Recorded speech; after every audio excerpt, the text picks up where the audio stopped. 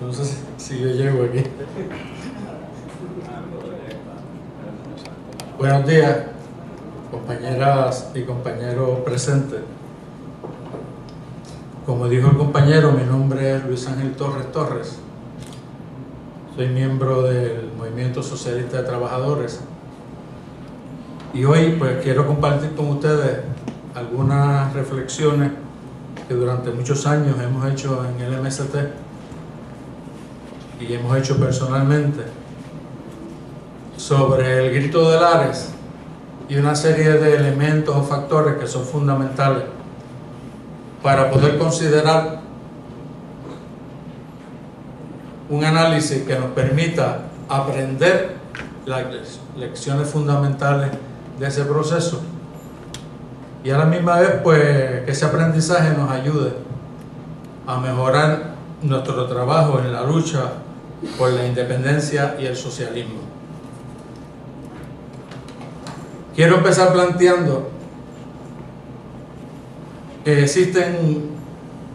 a veces dos dificultades principales para enfrentarnos a este tema. La primera es que no hay tantas fuentes confiables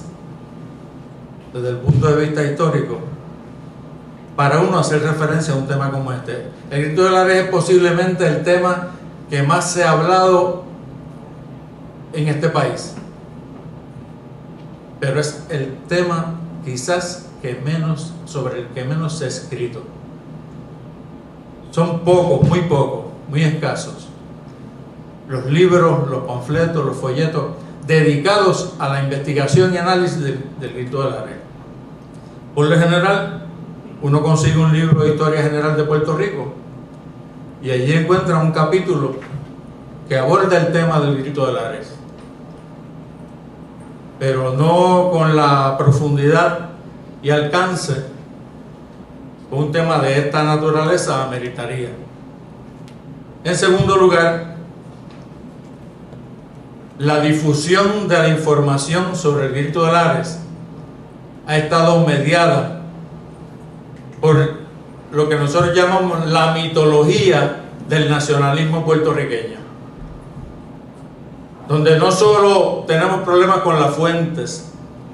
particularmente las fuentes originales, sino tenemos también problemas con la forma y manera en que se ha difundido esa información, particularmente porque en muchos casos ha venido cargada de interpretaciones que no tienen base en la realidad de lo que sucedió. Y eso pues nos plantea problemas importantes a la hora de discutir un tema como este. Por eso yo voy a hacer un esfuerzo para tratar de compartir con ustedes algunos elementos que considero fundamentales y que entonces luego pasemos a discutirlo a través de preguntas o planteamientos que ustedes tengan, con la certeza de que nadie tiene certeza sobre muchas de las cosas que vamos a estar discutiendo. Visto en perspectiva histórica, el grito de Lares se da en unas condiciones en Puerto Rico que se convierten en el entorno fundamental para el análisis que podamos hacer de ese acontecimiento histórico. Esas condiciones, vamos a estar hablando particularmente de la segunda parte del siglo XIX, pues tienen una importancia cardinal no solo para lo que sucedió durante el grito de Lares y posterior a esa fecha, sino también para otros procesos fundamentales del desarrollo de la nación puertorriqueña y particularmente de la sociedad que en 1898 encontró la invasión norteamericana a Puerto Rico. Estos son elementos que son fundamentales a la hora de nosotros poder hablar de un tema como este. Lo primero es que el desarrollo económico de Puerto Rico para la segunda fase del siglo XIX había adquirido una importancia mayor a lo que había sido durante décadas y siglos anteriores. Particularmente, el gobierno español flexibilizó las medidas de control burocrático en el caso de Puerto Rico y a través de la Real Cédula de Gracias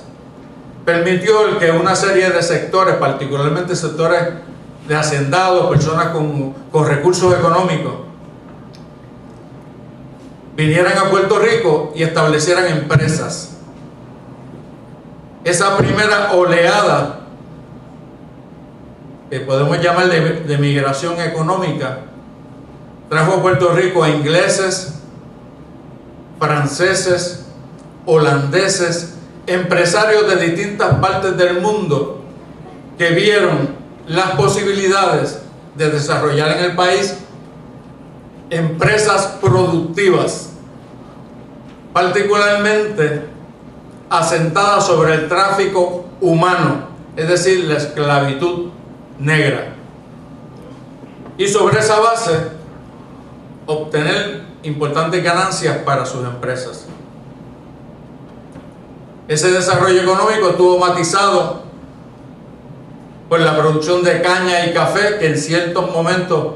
podríamos hablar del monocultivo de la caña y el café. En segundo término, el tabaco, frutos menores y la ganadería, pero siendo el café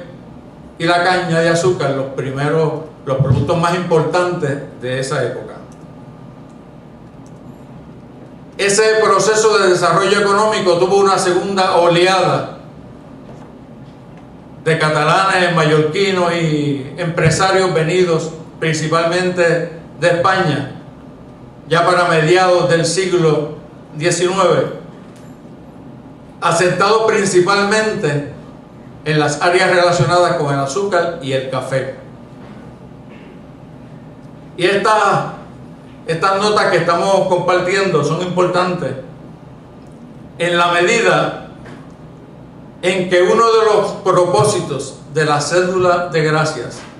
y uno de los propósitos de permitir esa emigración española y de otros países a Puerto Rico era, como se ha señalado en otros momentos,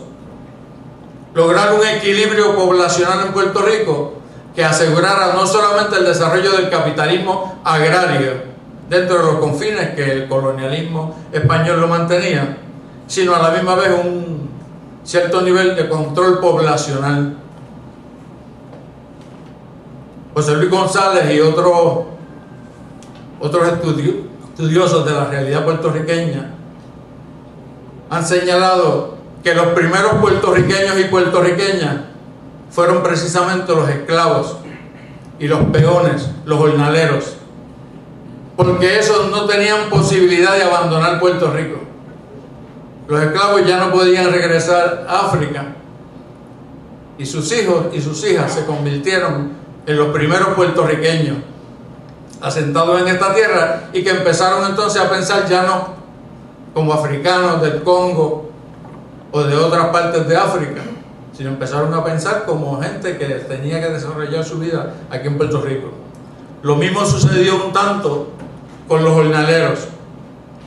Y son precisamente esos dos sectores de la población puertorriqueña